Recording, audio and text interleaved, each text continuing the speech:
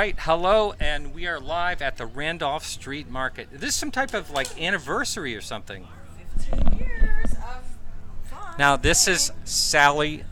She's been on the show, I think 3-4 times. No, many more. We started out doing lighters, cigarette lighters, and you don't even smoke. First of all, Danny and Sally. that's right. Did she set you on fire Or too? maybe, yeah, I said. Yeah, let's start out with this is Sally Schwartz. Say Hello. Julie Windsor, hi. And you are a Bakelite expert and costume jewelry appraiser that's here at the Randolph Market to do that for you. I'm Dwayne Scott Cerny, co-owner of the Broadway Antique Market. Everybody calls me Danny, and I've got a new book out, Selling Dead People's Things. selling dead people's things. And look at this. I don't know if you can just hold the cover right up toward the camera. Danny, that cover. Yeah, I love that cover. No way. Is that a self-portrait? This is Part of a self-portrait? my younger days. Yeah. All right, so we are in Chicago, and this has been going on for 15 years. Sally, can you tell a little bit how this started? Because last night when I met your... My ex. Okay, we'll say your ex-husband. So- You started... you have to talk into the mic. Okay. So I was a party planner, and I still kind of am.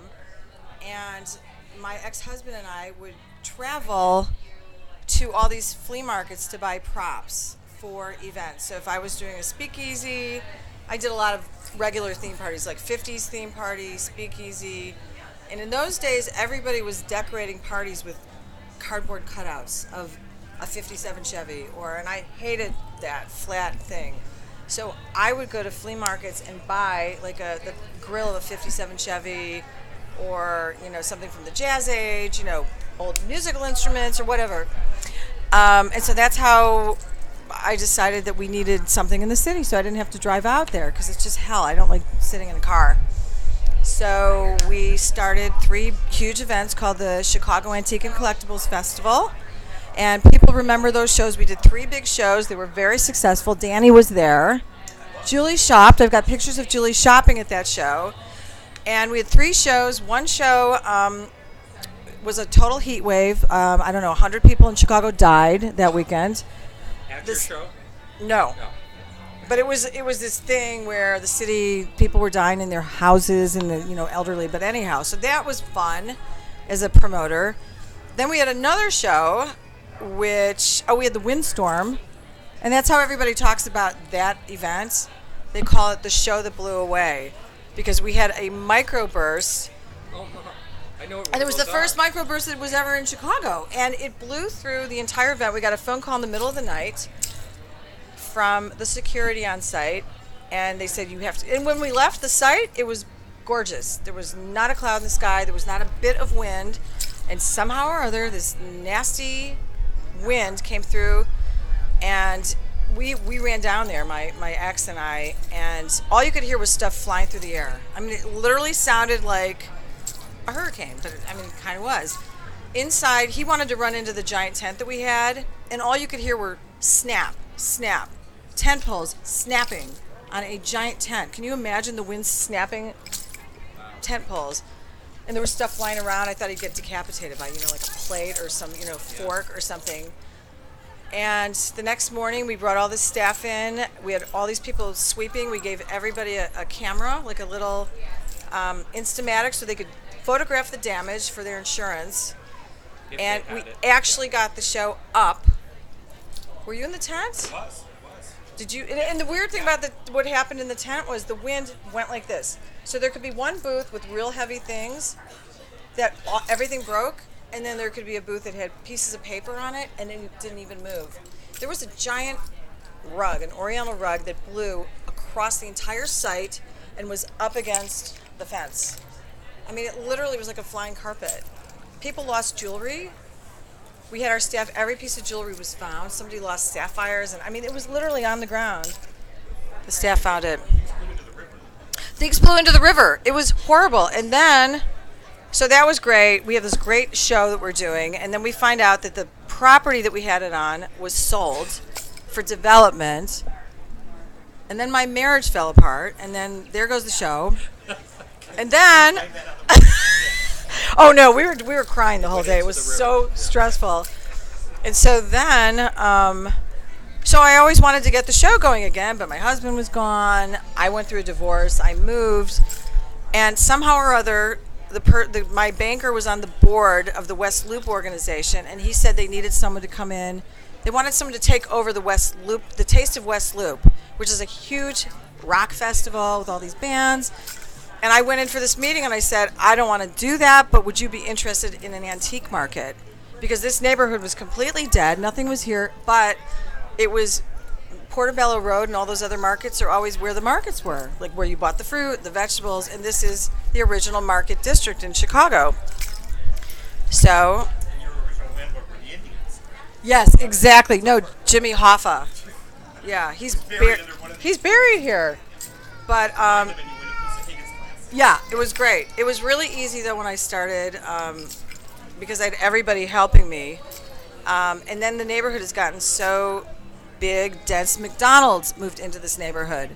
When we started here, you could sunbathe in the street. And they say that the show has brought people to this neighborhood. So I feel like I should, own some real estate, which I don't. Stupid. Anyhow. Just real quickly, yesterday when we were talking, you said JFK, John Kennedy, got his start. Is it the building behind us, or? So this is the Plumbers Union Hall. It is the largest union in the entire world. All the plumbers unions have consolidated right here. This is where the labor movement, the Teamsters, started. This building is from the 1920s. And yes, so it was Mayor Daley. He made the decision. I mean, he was so much power. So they actually had a referendum here, and they brought in John F. Kennedy when he was looking for to be the nominee of the Democratic Party. And it was Mayor Daley that got John F. Kennedy here on the ballot to be the presidential candidate. It all happened here. It's pretty historic. Yeah, that's great. I want to be talking a little bit about Bakelite and what's happened in the market in just a few minutes. But right now I want to talk with Danny. And Danny, talk about the premise of this book. It's rated pretty high right now. And so talk about, first of all, what made you decide to put it together and how it's doing so well right now. All that from start to finish. Ooh, long story longer. In 2013, I was lucky enough to get a piece that I wrote for the New York Times picked out of the slush pile. How dare they? And it was called Traces of a Man Who Disappeared.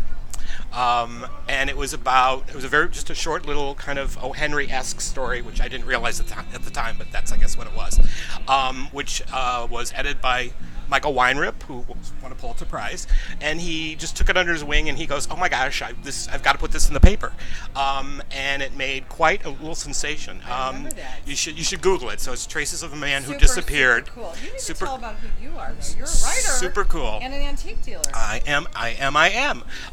But that was the first thing that, I've written a lot of things, Yes. and it was the first thing that just, obviously resonated, and the response was so great, and I thought, what was it about this story? And it was because I took people to a really unusual estate sale. I brought them through it, and then it has this kind of wow ending, which I did not expect, and it's a brief little thing, and I think it really counters a lot of the reality television that's out there and all the faux that The the reality people behind that love. the things that you see and Julie sees, and when you're doing this for a living, like the real stories, and no, not everyone is fantastic, but I thought, I've got a whole collection of these odd experiences, and I thought, wouldn't it make kind of be a rather curious hybrid of a memoir if I could put in like how I got started, just like how Sally has her story. We all have our story, how we kind of got into the business, and then kind of skew it in with some of the better estate sales and experiences stories that I've come across. And this is not eBay for dummies. It's not Etsy for idiots. It has nothing to do with money, which is really going to probably piss people off. So thank you.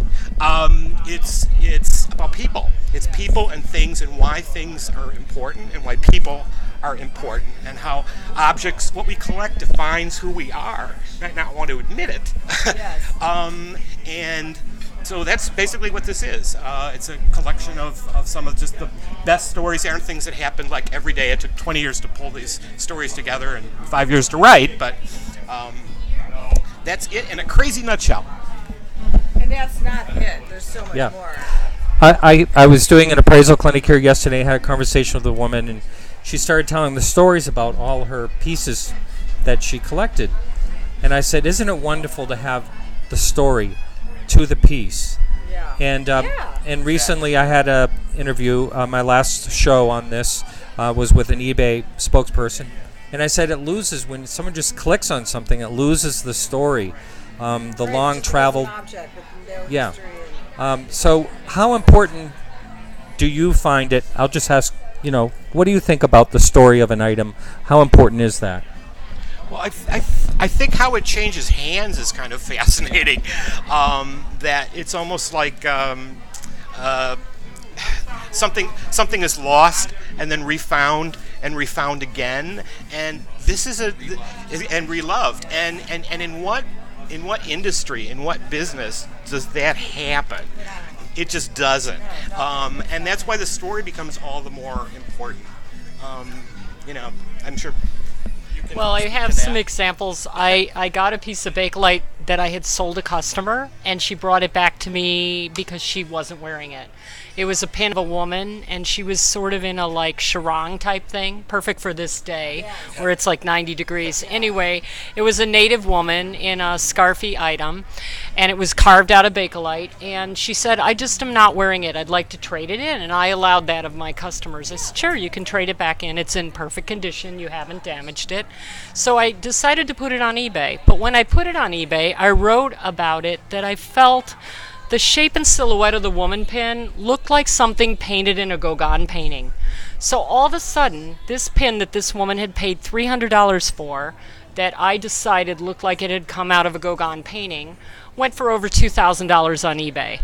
So I was able to sell it for more money, and it was rare. It wasn't a piece you could come across very often. We never really know how many there were made because the records come from different family factories, and we just don't know the production and what's left of those productions. So it could be less than 6 pieces that are of this Tahitian woman, because they were all hand carved out of sheets of Bakelite during the Depression and sold in dime stores for maybe 10 cents or $1. Anyway, this pin, she got back her $300, plus she got like a percentage of what we sold it for, but I was able to describe it as a Gauguin Tahitian woman pin made in Bakelite, and it made people want it, because sometimes when you can identify the time period or what was important in the world, like the movie South Pacific or whatever was going on, and that these carvers of Bakelite were actually also looking at the times when they designed the pieces, it made it have a history and a story that made it more valuable. So I think that's part of what we do as collectors and as people. Documenting it is important. If you care about it, It becomes more important. Yeah. Okay. Go ahead. I think that a lot of the dealers that don't do this, they're the ones that tend to have no success, because if you can't romance or have love for the thing that you bought and have some feeling for who had it before you, I don't think everybody does that. I think a lot of people just throw it all out there. They're too busy, they don't have time, but you love every single piece, so you're not just trying to just turn a profit. You really identify what it is, make it important. So about Bakelite, how, I think of all these like segments of the market as Bakelite being a segment of the market. Has that been weathering the storm of 2008 when everything kind of crashed and went all over the place?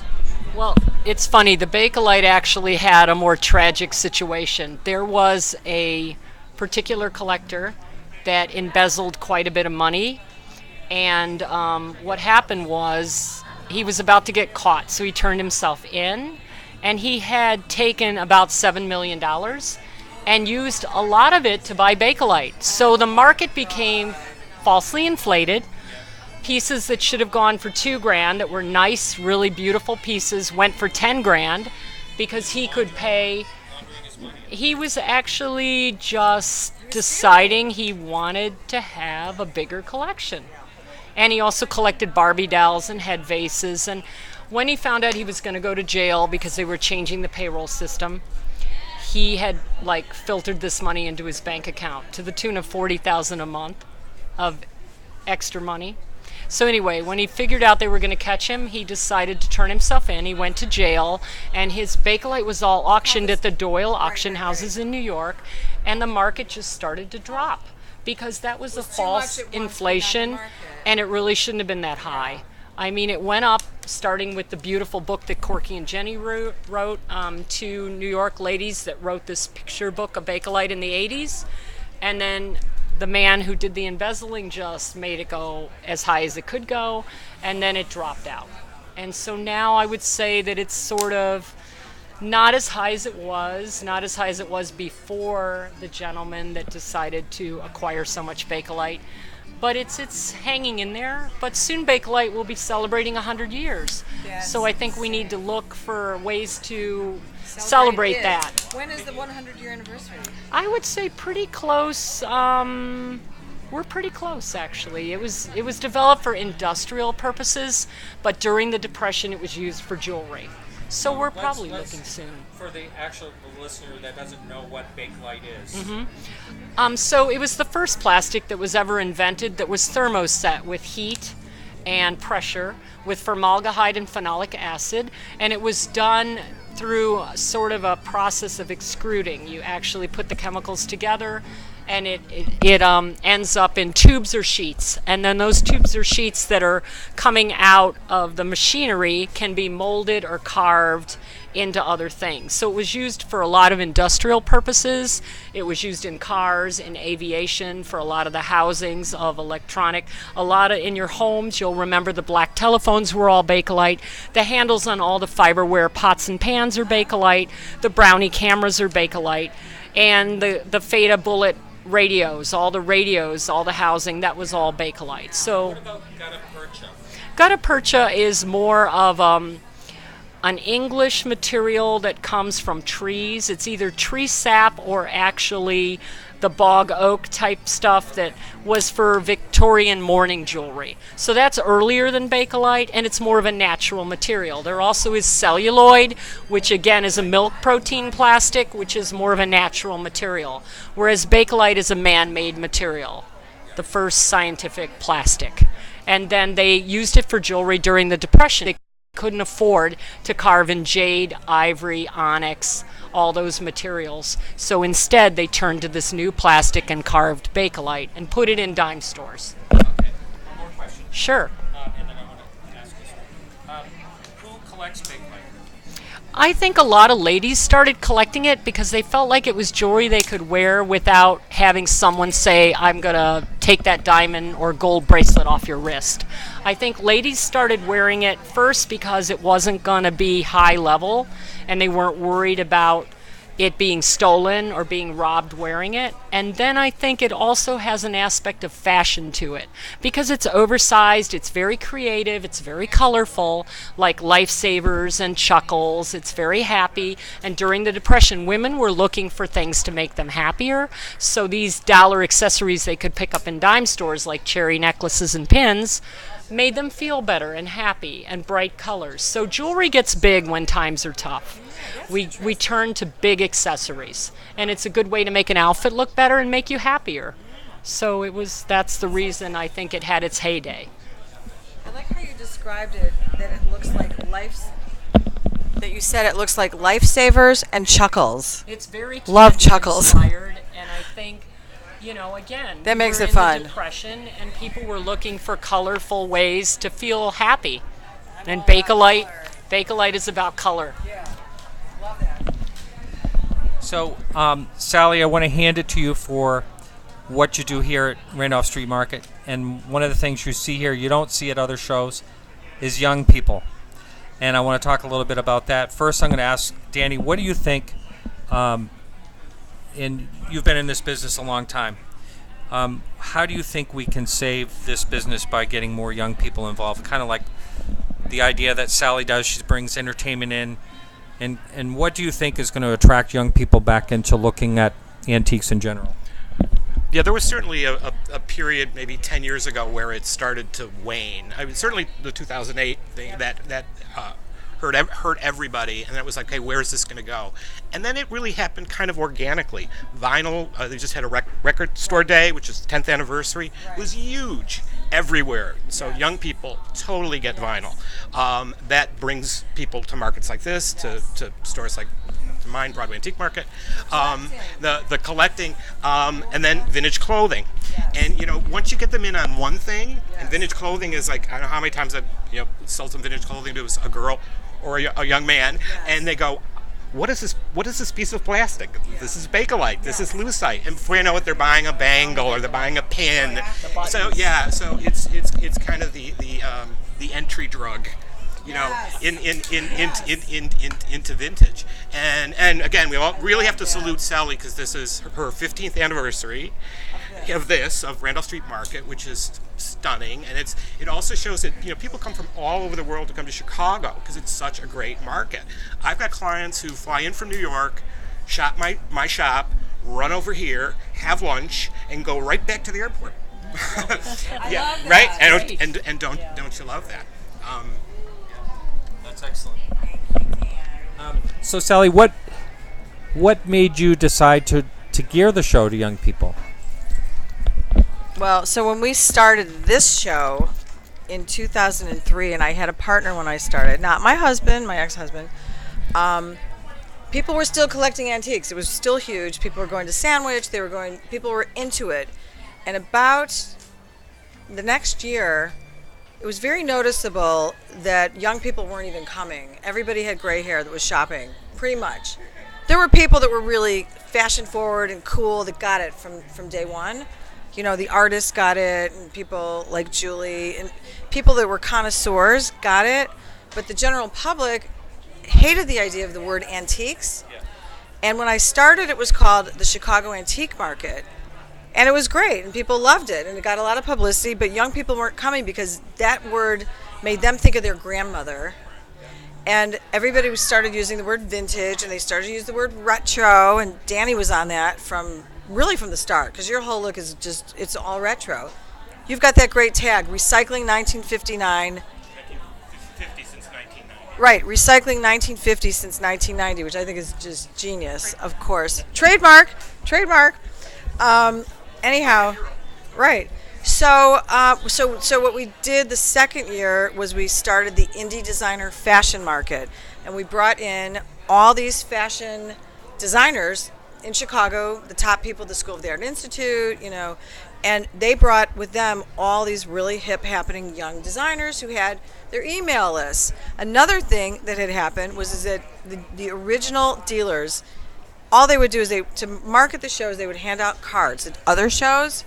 But as those shows started to disappoint and they weren't going to as many shows every weekend, that whole channel of promoting sort of went away. So, and none of them had email. I mean, it was like, can you please mail me the application? So the young people are the ones that have sheets of paper. They write down people's email addresses. They ask for business cards. So they were doing things on a much better level than the original antique dealers who weren't thinking about the internet really, except to buy on eBay or something. So we just started trying to, and we call that in the business a loss leader. If you talk about marketing, so you bring those young designers in, you don't sell them space for the same price that the antique dealers were. And I mean, at this point, everybody needs a break because it's hard to sell when the internet is where people are going to buy stuff. So that has changed. When you're in business, you constantly have to shift what it is and how you promote and how you get people, and you have to survive. So that was a method of survival, was bringing in the young audience. But of course, everybody hated it. They were so pissed off. The first year we did this show, everybody was an antique dealer, and they were excellent. Everybody was an amazing antique dealer. And we had one person who was not an antique dealer. She was a fine artist, but she put her art into an antique frame, and people were pissed off about that. Like, she is a famous artist. She was discovered on site. Her name is Francine Turk. Oh, yes. Francine Turk, who was discovered by a Hollywood set decorator at the show on the street, and all of her art was in the movie with Jennifer Aniston and Worth thousands of dollars. what's his name? I don't even know. What's his name? Vince Vaughn. God, duh. Can't remember things, but I got to remember people's names, which I'm not good at.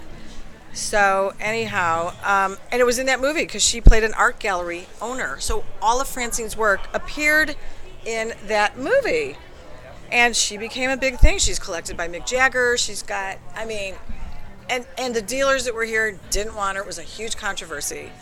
So you can imagine. So you can imagine the year when we brought in all these young fashion designers. That's new. That stuff's new.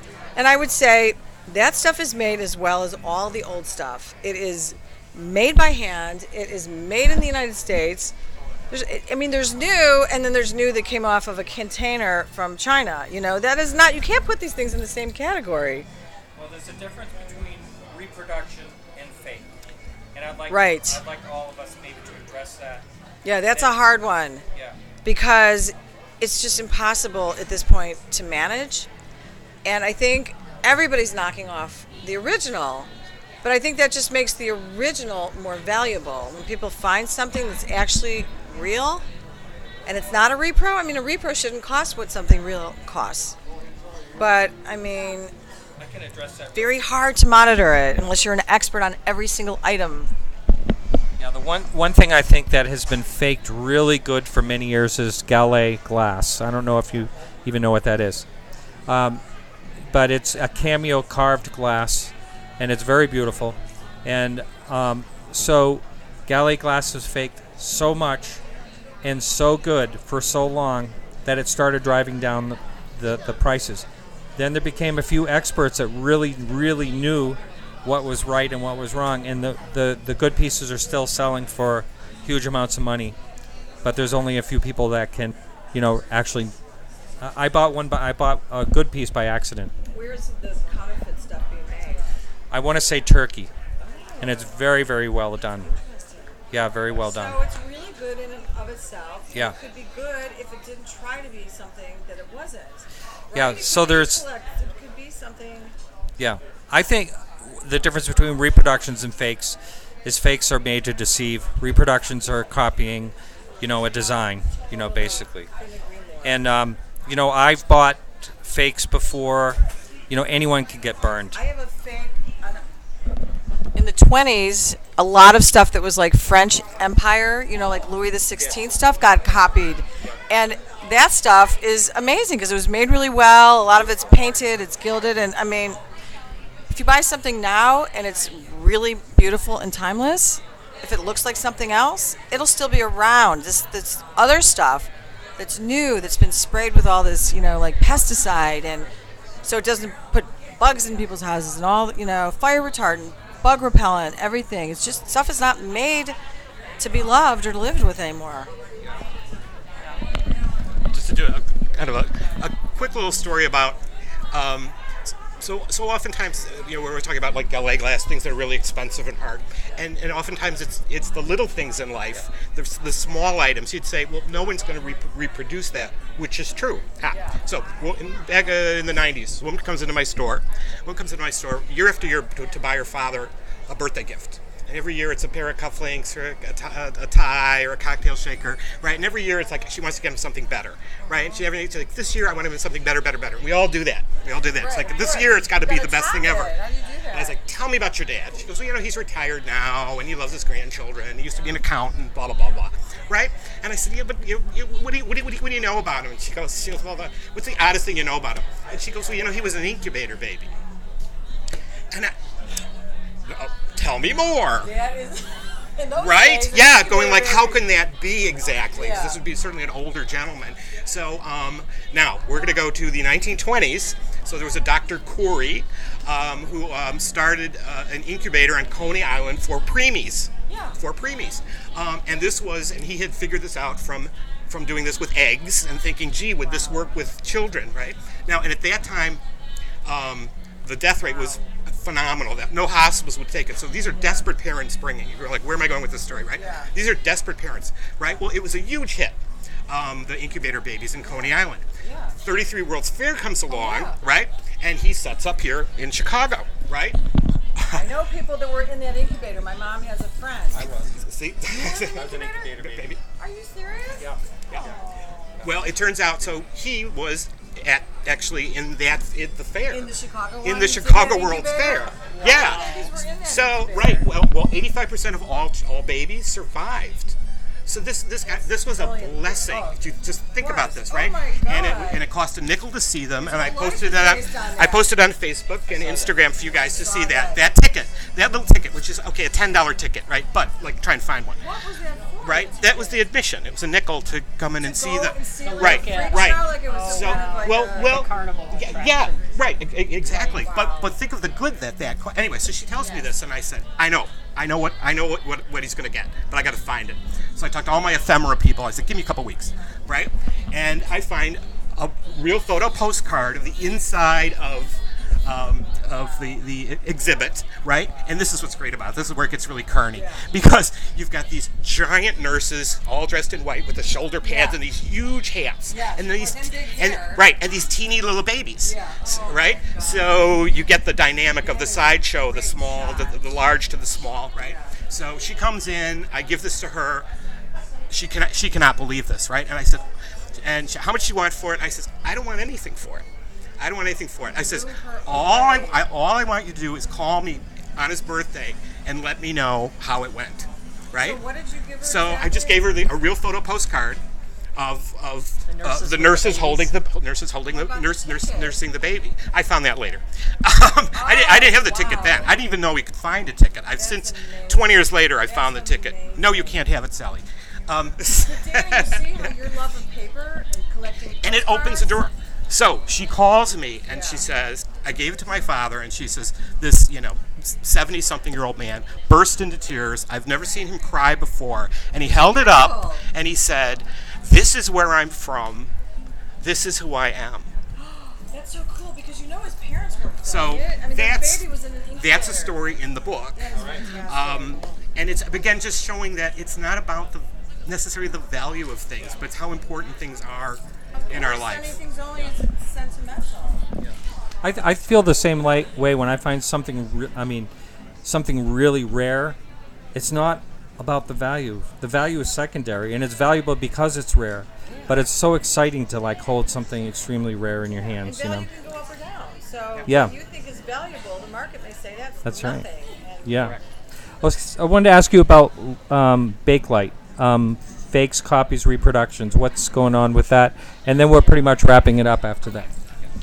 So there are artisans working in Bakelite. Some of them in the U.S. are using old stock and carving it, and they usually tell you that they've done that. But then there's also stuff coming in from possibly an Asian market. I'm not sure if it's Thailand or where it's coming in from, but it's very similar. It even tests as Bakelite with all the tests. So it's actually the same chemical.